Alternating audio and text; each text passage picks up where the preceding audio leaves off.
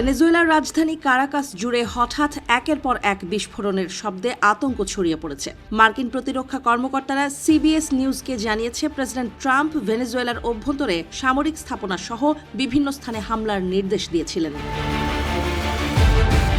Venezuela সরকার এই ঘটনাকে যুক্তরাষ্ট্রের সামরিক আগ্রাসন হিসেবে অভিহিত করে কড়া নিন্দা জানিয়েছেন। এক আনুষ্ঠানিক বিবৃতিতে সরকার বলেছে, তারা আন্তর্জাতিক সম্প্রদায়ের কাছে যুক্তরাষ্ট্রের এই কর্মকাণ্ডের বিরুদ্ধে প্রতিবাদ জানাচ্ছে। এটিকে ভেনেজুয়েলার সার্বভৌমত্বের ওপর সরাসরি হামলা বলে মন্তব্য করেছে কারাকাস। সরকারের দাবি, এই হামলার উদ্দেশ্য দেশটির কৌশলগত সম্পদ, বিশেষ করে তেল ও খনিজ দখলে নেয়া, পাশাপাশি রাজনৈতিক স্বাধীনতাকে দুর্বল করে দেশকে অস্থিতিশীল করা। ভেনেজুয়েলার প্রেসিডেন্ট নিকোলা মাদুরো পরিস্থিতিকে জাতীয় সংকট হিসেবে ঘোষণা করে একটি বিশেষ ডিক্রি জারি করেছেন। তিনি নির্দেশ দিয়েছেন, দেশের প্রতিরক্ষা পরিকল্পনাগুলো দ্রুত বাস্তবায়ন করা হোক এবং সম্ভাব্য যে কোনো পরিস্থিতির জন্য সেনাবাহিনী ও নিরাপত্তা বাহিনীকে প্রস্তুত থাকতে হবে। একই সঙ্গে তিনি সামাজিক ও রাজনৈতিক শক্তিগুলোকে ঐক্যবদ্ধ হয়ে জাতীয় স্বার্থ রক্ষার আহ্বান জানিয়েছেন। অন্যদিকে যুক্তরাষ্ট্র বলেছে, তারা ক্যারিবীয় সাগরে মাদক বিরোধী অভিযানের অংশ হিসেবে কঠোর সামরিক পদক্ষেপ নিয়েছে।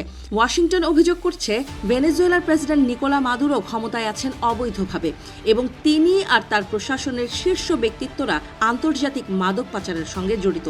মার্কিন প্রেসিডেন্ট সরাসরি অভিযোগ করেছেন, ভেনেজুয়েলা থেকে সংঘবদ্ধ অপরাধ ও মাদক পাচারের মাধ্যমে যুক্তরাষ্ট্রে অনুপ্রবেশ ঘটানো হচ্ছে।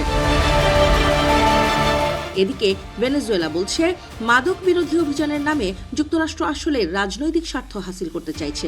দেশটির সরকারি বিবৃতিতে দাবি করা হয়েছে, সম্প্রতি নিষিদ্ধ তেলবাহী ট্যাঙ্কার জব্দসহ একাধিক পদক্ষেপ যুক্তরাষ্ট্রের বৃহত্তর পরিকল্পনার অংশ, যার লক্ষ্য হচ্ছে প্রেসিডেন্ট মাদুরোকে ক্ষমতা থেকে সরিয়ে দেশের তেল সম্পদ নিয়ন্ত্রণ করা। স্থানীয় বাসিন্দারা বলছেন, বিস্ফোরণের শব্দ শোনার পর তারা আতঙ্কিত হয়ে পড়েন। কেউ কেউ জানান, হঠাৎ বজ্রপাতের মতো জোরে শব্দ হয়, এরপর দূর থেকে ধোঁয়া উঠতে দেখা যায়।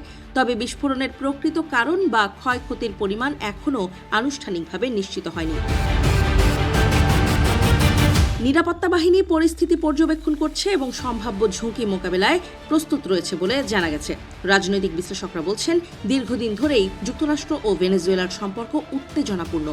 মাদুরো সরকারকে সরিয়ে বিরোধী দলকে সমর্থন দেওয়ার অভিযোগ ওয়াশিংটনের বিরুদ্ধে নতুন কিছু নয়, তবে সাম্প্রতিক বিস্ফোরণ ও সামরিক চাপ পরিস্থিতিকে আরও ঝুঁকিপূর্ণ করে তুলেছে। অনেকের আশঙ্কা, যদি এই সংঘাত আরও বাড়ে, তবে শুধু দুই দেশের মধ্যেই নয়, গোটা ল্যাটিন আমেরিকা অঞ্চলের স্থিতিশীলতাই প্রশ্নের মুখে পড়তে পারে। এদিকে সাধারণ মানুষের মধ্যে অনিশ্চয়তা বাড়ছে। অর্থনৈতিক সংকটে জর্জরিত ভেনেজুয়েলায় সাম্প্রতিক উত্তেজনা নতুন উদ্বেগ তৈরি করেছে। সরকার বলছে, দেশের সার্বভৌমত্ব রক্ষায় তারা শেষ পর্যন্ত লড়বে। অন্যদিকে আন্তর্জাতিক মহল পরিস্থিতির ওপর নজর রাখছে এবং অনেক দেশই শান্তিপূর্ণ সমাধানের আহ্বান জানাচ্ছে।